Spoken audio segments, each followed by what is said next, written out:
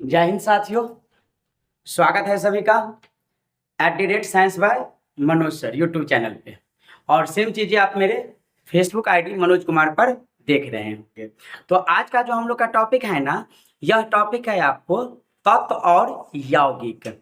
इसी को आप इंग्लिश में कहते हैं एलिमेंट्स एंड कंपाउंड्स। तो आइए जानते हैं इसके बारे में कि तत्व क्या होता है और यौगिक क्या।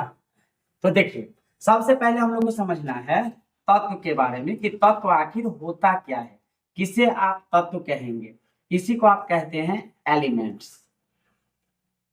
जब ढेर सारा हो जाएगा तो एस लगा देंगे, एलिमेंट्स हो जाएगा, तत्व हो जाएगा। ठीक, तो होता क्या है ना कि जब कोई भी पदार्थ एक ही प्रकार के पदार्थों से मिल करके बना हो, उसे क्या कहते हैं? तत्व कहते हैं। अब तो समझ में तो नहीं आया होगा कि क्या बोला गया हुआ है। बोला आपको ये जा रहा है कि कोई भी चीज अगर एक ही चीजों से मिल करके बना हुआ हो तब वह तत्व कहलाता है। जैसे देखिए ध्यान से, जैसे एग्जाम्पल अगर समझते हैं हम लोग तो एग्जाम्पल देखिए, अगर बोला गया है हाइड्रोजन और हाइड्रोजन का यहाँ पर बोल दिया गया है एटम, ठीक है ना। और हाइड्रोजन एटम अपने ही हाइड्रोजन एटम के साथ यानी परमाणु के साथ, हाइड्रोजन एटम के साथ, जिसको आप क्या कहते हैं हिंदी में परमाणु कहते हैं। तो जब हाइड्रोजन परमाणु अपने ही हाइड्रोजन परमाणु के साथ अभिक्रिया करता है तो ये तो आपको बताए हैं कि हाइड्रोजन का क्या बनाता है? अणु बनाता है। क्या बनाएगा? अणु बनाएगा। ये आप जान रहे हैं कि हाइड्रोजन परमाणु अपने ही हाइड्रोजन परमाणु के साथ अभिक्रिया करता है तो हाइड्रोजन के अणु का निर्माण करता है, जिसको आप मॉलिक्यूल कहते हैं। अणु को इंग्लिश में क्या कहते हैं? मॉलिक्यूल कहते हैं। चलिए, इतना आपको समझ में आ गया। अब देखिए, ये जो मॉलिक्यूल है ना, ये जो अणु है ना, इस अणु में देखिए कि इस अणु के निर्माण में कितने प्रकार के तत्व भाग लिया है। तो उत्तर होगा कि इस अणु के निर्माण में एक ही प्रकार के तत्व भाग लिया है। कौन? वह तत्व कौन है आपका?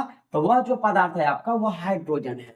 तो ये जो अणु बना है वह हाइड्रोजन से मिलकर के बना हुआ है, एक ही प्रकार के तत्व से मिलकर के बना हुआ है, एक ही प्रकार के पदार्थों से मिलकर के बना हुआ है। इसीलिए ये क्या कहलाएगा?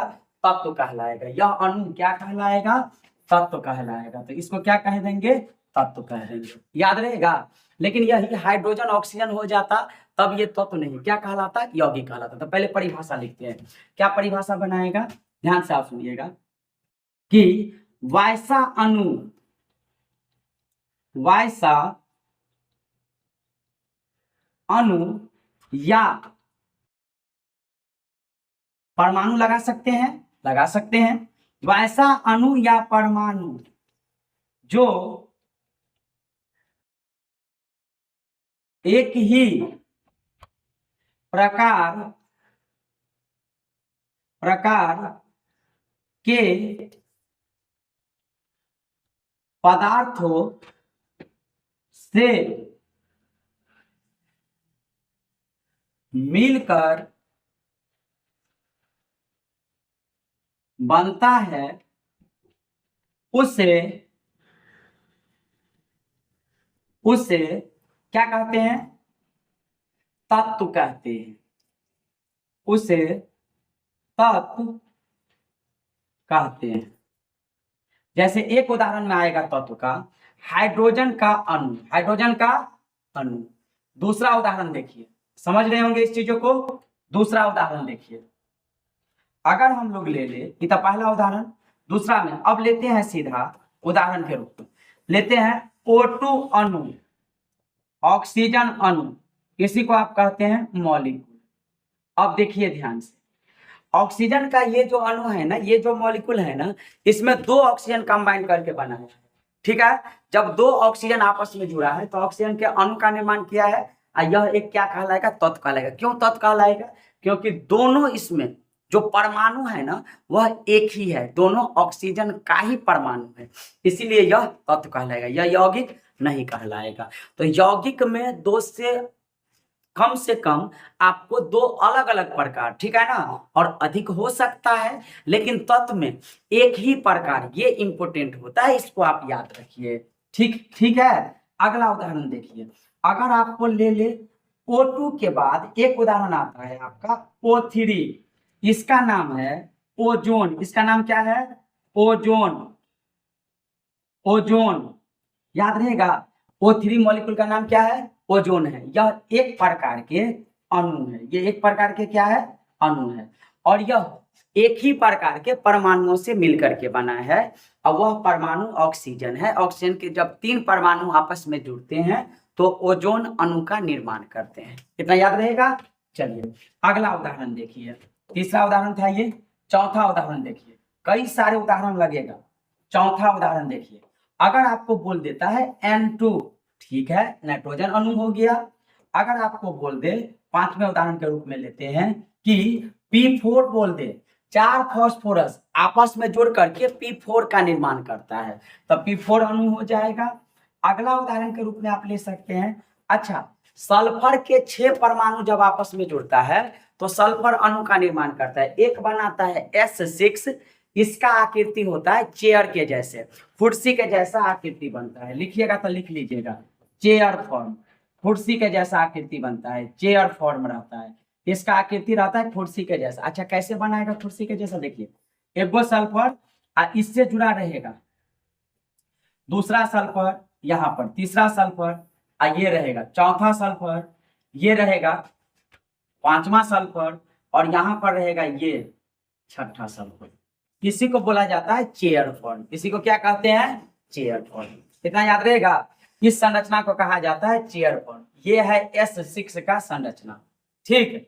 अच्छा, सभी सल्फर के पास दो दो लॉन पेयर दिखाई पड़ेगा। दो दो क्या दिखाई पड़ेगा? लॉन पेयर दिखाई पड़ेगा। कितना तो याद रहेगा? सभी के पास दो दो लॉन पेयर दिखाई पड़ेगा। ये क्या होता है? अगर आप जूनियर क्लास में है तब तो आपको समझने में दिक्कत आएगी। अगर आप सीनियर क्लास में जैसे 11 12 में, तो आपको समझ में आ रहा होगा कि ये क्या है। वैसा इलेक्ट्रॉन जो बंधन बनाने में भाग नहीं ले लेकिन अष्टक नियम को पूरा कर रहा होगा, उस वैलेंस इलेक्ट्रॉन को, वैतम कक्षा के इलेक्ट्रॉन को लॉन पेयर इलेक्ट्रॉन कहा जाता है, ठीक ना। चलिए अगला देखिए, एक और उदाहरण लगा देते हैं, और ये उदाहरण बनेगा S8 का, ठीक है। S8 जो रहता है ना, ये रहता है क्राउन फॉर्म में रहता है, मुकुट के जैसा। ये रहता है क्राउन फॉर्म में रहता है, रानी का जो मुकुट होता है उसके जैसा संरचना बनाता है। अब देखिए इसकी संरचना कैसे होती है। ये सभी के सभी तत्व है, ये सभी के सभी क्या है? तत्व है। तो ये बनता है S, फिर S, फिर S, उल्टा W याद है? W याद रहेगा? बिल्कुल उसी प्रकार से संरचना बनाते थे। यहाँ पर S, ये जाएगा S, फिर आएगा S, और ये जुड़ेगा इसके साथ। जोड़िए तो देखिए तो 6 ठो पूरा है क्या? 1 2 3 4 5 6 7 8, सॉरी 8 का बना रहे हैं। तो S8, 8 पुर गया ना, इसी को कहा जाता है क्राउन फॉर्म, ठीक है ना, मुकुट का रूप, ठीक। S8 की संरचना होती है, ये हो जाती है। यहाँ पर भी हर एक जगह लॉन पेयर आप दिखा सकते हैं। सल्फर के पास 2 लॉन पेयर रहेगा। अच्छा, बॉन्ड एंगल का यहाँ पर हम लोग बात नहीं कर रहे हैं। अगर बॉन्ड एंगल का बात करेंगे, 2 बॉन्ड के बीच के कोण का, तो वो भी हम लोग बना सकते हैं, वो भी कोई भारी बात नहीं है। चलो, इतना समझ में आ गया होगा। तो एक चीज हम लोग सीखे हैं, क्या सीखे हैं? कि अगर तत्व पूछेगा तो उसमें सिर्फ एक ही प्रकार के परमाणु जब जुड़ता है तो तत्व बनाता है। इतना तो याद हो गया। अब जब एक से अधिक प्रकार के परमाणु आता है तब क्या होता है? तो उत्तर होता है तब हो जाता है यौगिक। तब क्या हो जाता है? यौगिक। तो आइए जानते हैं। तो अगला हेडिंग अब हम लोग का बन रहा है, क्या हेडिंग बनेगा बताएंगे? तो अगला हेडिंग बन जाएगा अब हम लोग का यौगिक। यौगिक, यौगिक को कहते हैं इंग्लिश में कंपाउंड। कंपाउंड एस लगा देंगे तो ढेर सारा कंपाउंड्स। यौगिक याद रहेगा, यौगिक। अब देखिए, यौगिक का परिभाषा बहुत ही आसान है। क्या आसान है? तो जब एक से अधिक अलग अलग प्रकार के परमाणु या अणु आपस में अभिक्रिया करता है तो यौगिक का निर्माण करता है। इतना याद रहेगा। किसका निर्माण करेगा? यौगिक का निर्माण करेगा। तो लिखते हैं इसका परिभाषा। आइए जानते हैं कि जब जब जब एक से अधिक यानी 2 3 4, जब एक से अधिक अलग अलग प्रकार के परमाणु या अणु आपस में अभिक्रिया करता है तो यौगिक का निर्माण करता है। तो यौगिक का निर्माण करता है, इतना याद रहेगा। जैसे देखिए एक उदाहरण लगाते हैं कि H2 का अभिक्रिया हुआ O2 के साथ और ये बनाया जल। ठीक है, अभिक्रिया को संतुलित करने के लिए दो ऑक्सीजन है तो इस ओर भी दो पुराइएगा, दो पुराने के लिए यहाँ पर दो से गुना कर देंगे।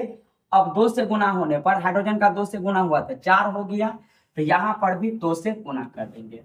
संतुलन अभिक्रिया इसको कहेंगे, संतुलित रासायनिक अभिक्रिया कहेंगे। अगर दो और दो से यहाँ पर गुना नहीं करते हैं तब असंतुलित। असंतुलित क्यों? क्योंकि तीर चिन्ह से पहले हाइड्रोजन परमाणु और तीर चिन्ह से पहले ऑक्सीजन परमाणु की संख्या कुछ और है, और तीर चिन्ह के बाद हाइड्रोजन और ऑक्सीजन परमाणु की संख्या कुछ और है।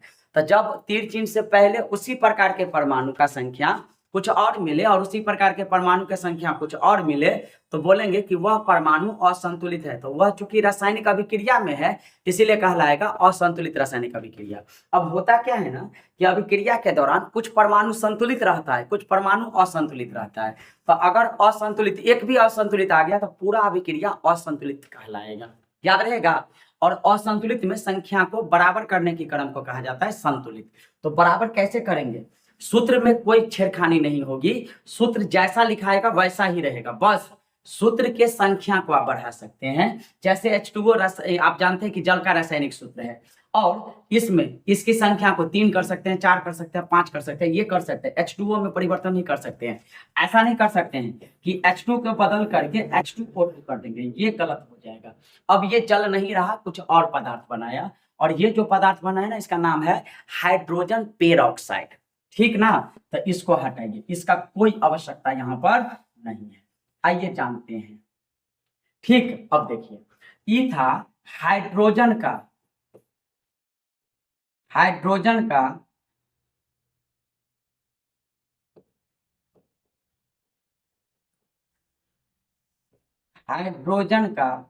अणु, और ये है ऑक्सीजन का अणु। ठीक है, और ये बनाया है जल का अणु,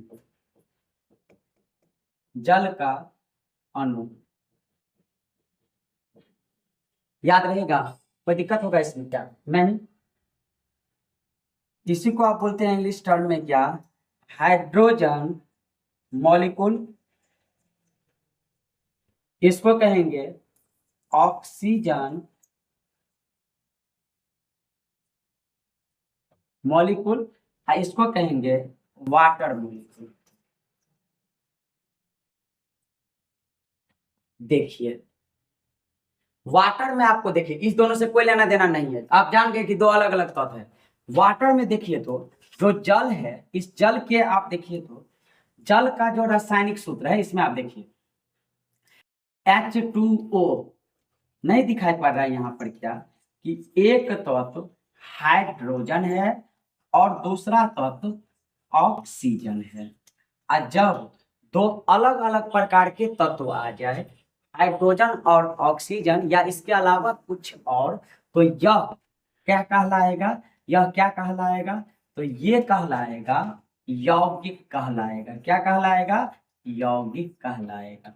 तो आप यही बोलते हैं कि वैसा पदार्थ जो दो अन्य प्रकार के पदार्थों से मिलकर के बना हो, उस पदार्थ को यौगिक कहते हैं। हो गया। तो अगर लिख दे अब यौगिक के तो कई सारा उदाहरण बनेगा।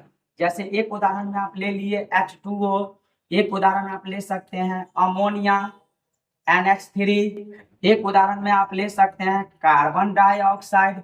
ये सब सभी के सभी क्या है? यौगिक है। ये carbon dioxide CO2 carbon dioxide. अच्छा, अगर लिख दे कि कार्बन मोनोऑक्साइड तो नहीं बनाएगा क्या? Carbon monoxide CO। अगर लिख दे कैल्शियम कार्बोनेट, अगर क्या लिख दे रहा है? Calcium carbonate CaCO3। अगर लिख दे आपको H2SO4, ये सब सभी के सभी क्या बनाएगा? यौगिक बनाएगा। लाखों करोड़ों एग्जाम्पल बन सकता है, ठीक है ना? ETC लगा दिए। ये सभी के सभी क्या बनाएगा? यौगिक बनाएगा। क्यों बनाएगा? क्योंकि सभी में या तो दो परमाणु है या नहीं तो दो से क्या है? अधिक परमाणु अलग अलग प्रकार के उपस्थित है, ठीक ना? तो जब ये दो से अधिक अलग अलग प्रकार के परमाणु हो जाए या एक से अधिक अलग अलग प्रकार के परमाणु हो जाए, वो सभी के सभी क्या हो जाएगा? जब परमाणु अलग अलग प्रकार के है तो यौगिक, परमाणु एक के प्रकार का है तो तत्व। इतना याद रहेगा। तो तत्व और यौगिक में यही मुख्य रूप से अंतर होता है। इतना याद रहेगा। चलिए अब आगे बढ़ जाए।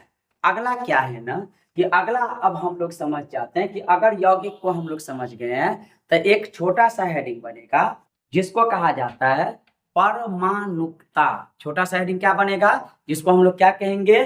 परमाणुकता। तो आइए जानते हैं इसमें कि यह हेडिंग आपका क्या बना रहा है। तो छोटा सा एक हेडिंग हम लोग बनाते हैं अब नए हेडिंग के रूप में परमाणुकता, क्योंकि तत्व और यौगिक को आप अभी जस्ट समझे हैं। तो हेडिंग है हम लोग का परमाणुकता। इसको इंग्लिश में कहते हैं एटॉमिसिटी। इसको इंग्लिश में कहते हैं एटॉमिसिटी। याद रहेगा परमाणुकता। अब देखिए परमाणुकता क्या होता है कि किसी भी अणु में परमाणु के कुल संख्या को परमाणुकता कहते हैं। जैसे एक उदाहरण समझिए आप, उदाहरण से स्पष्ट होगा। देखिए कि लिया जाता है जल, लिया क्या जा रहा है? जल। जल का रासायनिक सूत्र है क्या? H2O। जल का रासायनिक सूत्र क्या है? H2O। तो अगर हम लोग ले ले H2O को तो इस H2O में, ठीक देखिएगा ध्यान से, हाइड्रोजन के कितने परमाणु है? तो आप बोलिएगा कि इस H2O में जो हाइड्रोजन है ना, यह हाइड्रोजन के दो परमाणु है। कितना परमाणु है? दो परमाणु है। और अगर कह दे ऑक्सीजन, तो ऑक्सीजन के कितने परमाणु है? तो आपका उत्तर होगा कि इसमें ऑक्सीजन के बोल दे या का, ऑक्सीजन का कितना परमाणु है यहाँ पर? तो आप कहेंगे कि ऑक्सीजन का यहाँ पर जो परमाणु है ना वह एक परमाणु है। कितना परमाणु है? तो बोलिएगा कि एक परमाणु है। इस रासायनिक सूत्र में यही है ना, दो हाइड्रोजन है और एक ऑक्सीजन है। अच्छा देखिए, दो और एक को जोड़ेंगे, अगर आप संख्या लेते हैं और दो और एक को जोड़ते हैं तो दो और एक को जोड़ने के बाद कितना आ जाएगा? आपको 3 आ जाएगा। संख्या में कितना आ जाएगा? 3 आ जाएगा। तो अगर पूछे कि जल का परमाणुकता कितना होता है तो जल का परमाणुकता कितना हो गया? 3 हो गया। जल का परमाणुकता कितना हो गया? 3 हो गया। परमाणुकता का सीधा मतलब होता है जो भी पदार्थ दिया रहेगा ना उस पदार्थ का पहले रासायनिक सूत्र लिख लीजिए, उस रासायनिक सूत्र में टोटल परमाणु को गिन लीजिए।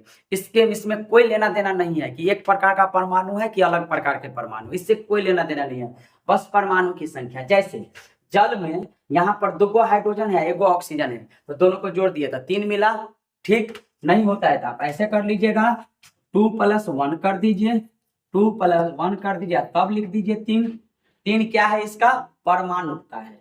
चलिए तो परिभाषा क्या हो जाएगा कि जब लिखे किसी तत्व या यौगिक में, किसी तत्व या यौगिक किसी तत्व या यौगिक में परमाणु को लगा देंगे। परमाणुओं के कुल संख्या को, परमाणुओं के कुल संख्या को क्या कहा जाता है? परमाणुओं के कुल संख्या को परमाणुकता कहते हैं। परमाणुकता कहते हैं। इतना तो याद रहेगा ना। एग्जाम्पल में लगाए जल का परमाणुकता 3, अगर दे दे यहीं पर, अब ये कर रहे थे। दूसरा एग्जाम्पल अगर डाल दे आपको कि O3, आप पूछे इसका परमाणुकता बताइए, तो इसका परमाणुकता कितना होगा बताइए तो। इसका परमाणुकता कितना होगा? तो O3 का परमाणुकता कितना ऑक्सीजन है? 3 ना, तो 3 हो जाएगा। अगर बोला जाए कि बताओ carbon dioxide CO2, carbon dioxide CO2 में परमाणुकता कितना है? क्या कहेंगे? कितना परमाणुकता है इसका? तो एक गो कार्बन और 2 गो ऑक्सीजन, तो कितना हुआ? 3 गो। अब बोलिएगा कि सर सब तो 3 गो वाला ले रहे हैं, कुछ और दीजिए जो हम सीख लेंगे। तो लीजिए NH3, बताइए कितना परमाणुकता होगा? वीडियो को रोक करके बताइए कितना होगा। तो आप जानते हैं कि एक गो नाइट्रोजन है, 3 ठो हाइड्रोजन है, तो 3 और 1 को जोड़िएगा तो कितना होगा? इसका हुआ 1, इसका संख्या है 3, और दोनों को जोड़ेंगे तो कितना होगा? 4 होगा। तो इसका परमाणुकता कितना आया? 4 आया। नहीं होगा तो लिख देंगे परमाणुकता बराबर कितना हो गया? 4। अच्छा, अगर दे दे अगला एग्जांपल कि CaCO3, आप पूछे इसमें, इसका नाम होता है कैल्शियम कार्बोनेट। कैल्शियम कार्बोनेट,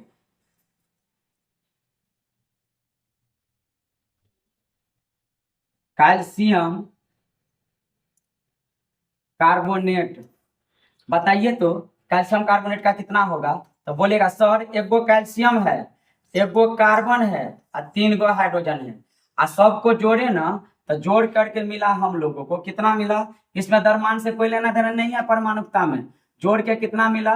तो बोलेगा सर जोड़ करके मिल गया हुआ है 3 1 4 1 5, तो इसका परमाणुकता कितना हुआ? 5। अच्छा देखिए एक क्वेश्चन और बनाइए। तो ग्लूकोज सूत्र होता है C6H12O6, इसको कहते हैं ग्लूकोज। लिखाता ग्लूकोज है, पढ़ते ग्लूकोज है, ठीक है ना। चलिए ग्लूकोज बताइए तो इसका परमाणुकता कितना होगा? कुछ नहीं, परमाणु की संख्या को जोड़ लीजिए बस। तो देखिए कार्बन का कितना संख्या है? तो बोलिएगा 6। ऑक्सीजन का कितना संख्या है? तो बोलिएगा 12। और सॉरी हाइड्रोजन का कितना संख्या है? 12। ऑक्सीजन का कितना है? तो 6। और सभी को जोड़िएगा तो 12 और 6 18 और 6 24। तो इसका परमाणुकता कितना हुआ? 24। किसका? ग्लूकोज का। परमाणुकता कितना बना इसका? तो कहिएगा 24 बन गया। कितना बन गया? अच्छा, एक चीनी का सूत्र होता है जिसको आप सुक्रोज कहते हैं। चीनी को क्या कहेंगे? सुक्रोज। चीनी को क्या कहेंगे? सुक्रोज। आप पूछेगा बताइए चीनी का सूत्र होता है ना, ये होता है C12H22 और O होता है 11। ठीक, ये किसका सूत्र है? चीनी का सूत्र है, ठीक ना। अब पूछेगा कि बताइए चीनी में परमाणुकता कितना है? क्या कहेंगे? चीनी में कितना परमाणुकता है? तो आप कहेंगे कि सर चीनी का जो परमाणुकता है ना, संख्या गिन लेते हैं परमाणु का। ये कार्बन का संकेत है तो कार्बन का संख्या है 12, और प्लस ये हाइड्रोजन का है संख्या है 22, और ये ऑक्सीजन का है तो 11, और सभी को जोड़ेंगे तो कितना पूरेगा? ठीक है, 22 और 12 को अगर आप जोड़ते हैं तो 22 और 2 24 और 12 कितना हो जाएगा? सॉरी 24 और 10 कितना हो जाएगा? 34, और 34 में जोड़ेंगे 10 तो कितना हो जाएगा? 44, और एक और जुट गया तो 45। ठीक है ना। नहीं होगा तो ऐसे करके जोड़ लीजिएगा। 12, 22, 11, 2 2 4 1 5, आ गया 5, 2 1 3 1 4, आ गया ना, कितना आया 45। ठीक है, ये क्या किए हैं, सभी के परमाणु के संख्या को जोड़े हैं, तो ये बन जाएगा आपका 45, और इसको हम लोग कहेंगे इसका आंसर। ये था क्या, परमाणु। कितना याद रहेगा, इस वीडियो में यहाँ तक रहने दे, इससे अगला वाला अगले क्लास में करते हैं, और अगले क्लास में आपको सिखाएंगे क्या, तो रासायनिक सूत्र कैसे लिखते हैं, रासायनिक सूत्र कैसे लिखते हैं। ठीक ना, तो इस वीडियो में हम लोग यहाँ तक जाएंगे।